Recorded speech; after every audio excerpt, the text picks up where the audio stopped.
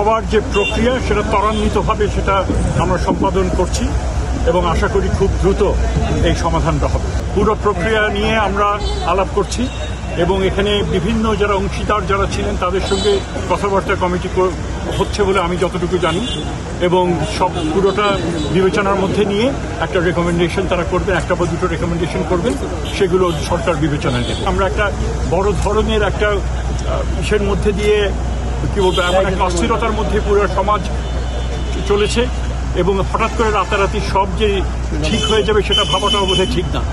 এবং আগে কেউ তাদের যে দাবি দাওয়া উত্থাপন করার মতো সুযোগ সুবিধা ছিল না এবং যখনই কেউ কোনো দাবি দাওয়া উত্থাপন করত রাষ্ট্র ঝাঁপিয়ে পড়তো তার উপরে। এখন সেই পরিমাণে রাষ্ট্র তারা মনে করে যে এখন একটা ব্যবস্থা হয়েছে যেখানে আমরা আমাদের কথাটা বলতে চাই। হয়তো সেখানে তাদের একটা তাড়াহুড়ো আছে এবং তারা চান যে এইগুলো দাবিগুলো মানা হোক।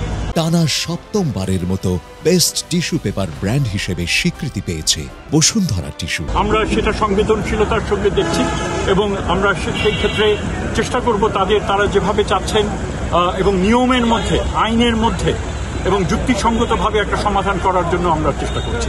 এটাই ছাত্রদেরকে বলে এসেছি।